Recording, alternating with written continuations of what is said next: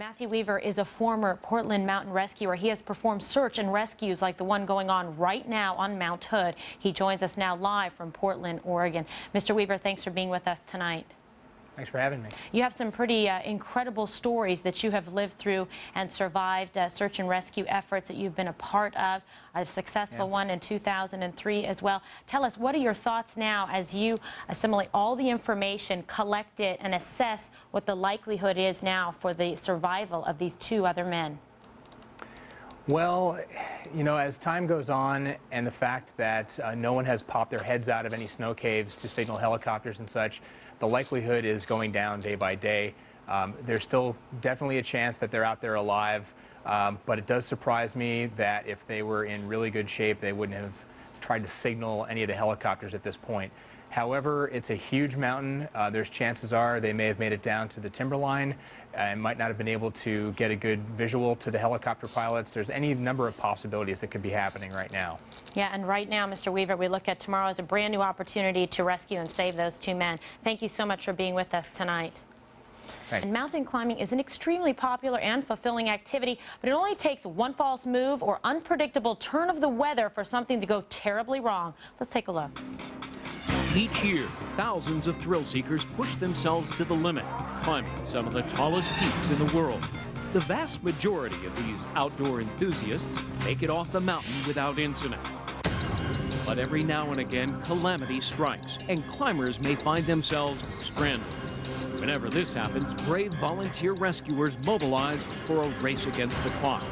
With climbers and hikers exposed to the elements, every second counts. Frostbite and hypothermia are very real dangers, with nighttime temperatures dipping well below freezing. In addition, rescue teams have to worry that helicopters or all-terrain vehicles will trigger a deadly avalanche, burying rescuer and rescuee alike in a torrent of snow. And joining us again with his insights is former Portland mountain rescuer Matthew Weaver, who is a great guest to talk to tonight about this story. With all of your experience, Matthew, back in 2003 with a successful rescue mission on Mount Hood, tell us and the viewers, what would these men need to do at this point to survive? Well, hopefully they had dug a snow cave just like the other snow caves that were found, because had they been out in the elements during this previous week with the bad weather, there's no way that anyone could survive that without being inside of some sort of insulating area like a snow cave, or if they were below the tree line, there's a thing called a tree well, which is an area right around a tree that melts out. But that's about it as far as being able to survive this. In terms of where we think these other two men might be, if you were involved in this particular rescue mission, would you be wanting to head further up the mountain or back down?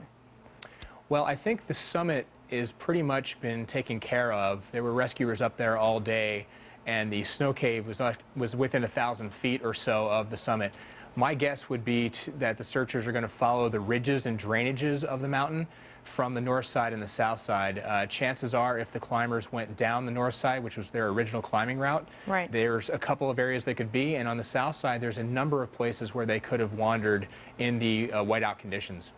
And the likelihood tomorrow, we've heard that there's a favorable weather report. You know, visibility is good. Perhaps if they had something to wave or get the attention of the helicopters. We didn't see anyone do that today, which is somewhat disconcerting. It certainly is concerning that, you know, if someone was healthy enough at this point in the week, it's been well over a week since they've been out there, they would have probably popped their head out and tried to wave something. There's always a chance that they were in the tree line, that they were unable to make contact with anybody visually, but it's certainly not a good sign that they were unable to make any visual contact these last 2 days, especially today since it was so nice.